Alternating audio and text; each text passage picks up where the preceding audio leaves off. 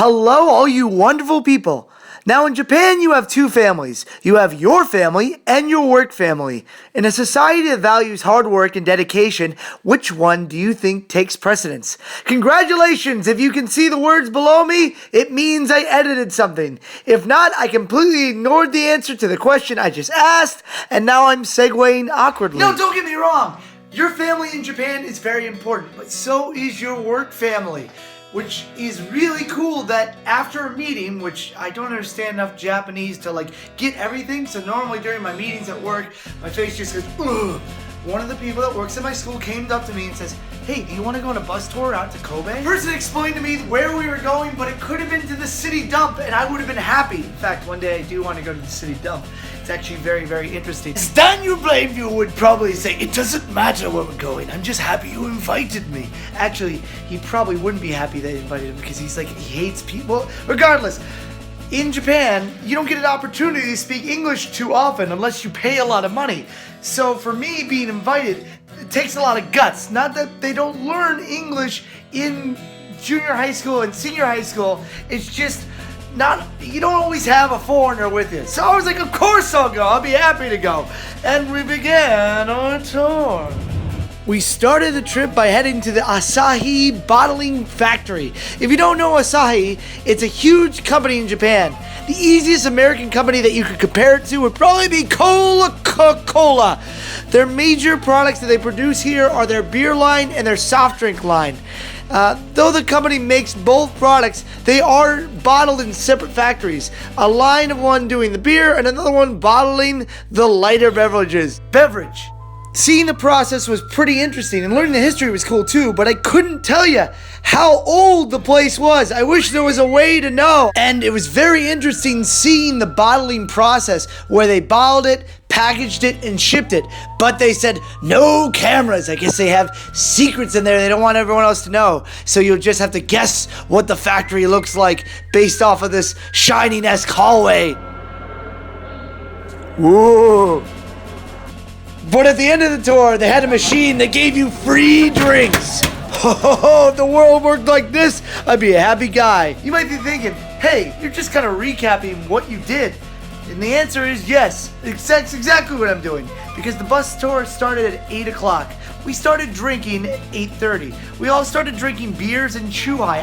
Before I even made it to the factory, I had 2 beers and 1 really strong chuhai. So I was feeling it. By the way, this is what a chuhai looks like. Fruit, alcohol, mixed together. Thank you, Japan. Next, we went to Kobe, to the Kobe Memorial Earthquake Park, where you can see the effects of the giant earthquake that hit Kobe in the 1990s. It's a really good remembrance of how nature can just suddenly come up at you. And, you're having a good day, and all of a sudden the ground starts shaking underneath you. By the way, earthquakes are no joke. This is between you and me. They're scary. They're really, really scary. Speaking of scary, sometimes you can be in Japan and say oh, I really want something nice to eat.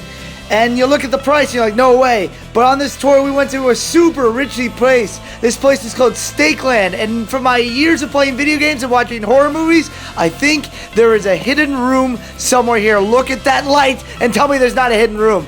But all my life, I've heard that Japan has these amazing food shows where they prepare food in front of you. I thought that was a lie, because in the year and a half that I've been here, I'd never seen it. And today was the day that all changed, and now I got to try some amazing steak. And Kobe's very, very famous for its steak.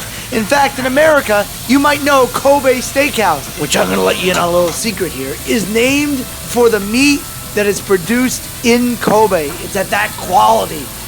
It's very oishi, which means tasty. So if you ever want to say, oh, that's really tasty in Japanese, use a $3 word and say oishi. Now you have to remember, this whole time we've been drinking, and the next stop was a sake factory in a Honshu factory, which is Japanese sake. This is the Fukuju Sake Brewery. It's an absolutely beautiful place where I learned about the old style of making sake and the new style of making sake in these giant tanks. The most interesting thing I learned was about the sakabayashi. Every time I go past a drinking establishment, I see this thing and I'm like, what is it? I thought it had to do with food, but it has to do with when the sake is fresh. And speaking of sake, it's time to drink again. Oh, that's strong. Suffice to say, things were getting hazy at this time. You could say I found myself in one of those old sake barrels rambling about something that I'm still not sure what I was talking about. I remember as a kid there was like a morning radio show, and for Halloween they had this thing called the Giant Pumpkin, and on the radio they would say, hey, we're getting into the Giant Pumpkin, here we go, and they just made sounds. They also had the Haunted Ham. For 3 days they promoted this haunted ham, this ham that was haunted, and you know, when they got it on the radio, they brought in the ham into the studio, and it sounded like this. Whoa! That's how you know it was a haunted ham. Whoa, that story took so long to tell, I had to take a shower in the middle of it. And, you know, I think I'm pretty lucky. I actually got to go on a little trip with the whole school. Well, just the faculty. But I learned a lot. I got to make friends, and I got to have good conversations with the people I've worked with for the past 6 or 7 months. And I feel like I got to know them better, which was great. So, with that, you can do it. I can do it. We can all do it. You guys stay groovy. Have a wonderful day. When it comes to drinking, I think for the next couple days, I'm going to be doing something called a water cleanse, because I really don't want to become an alcoholic.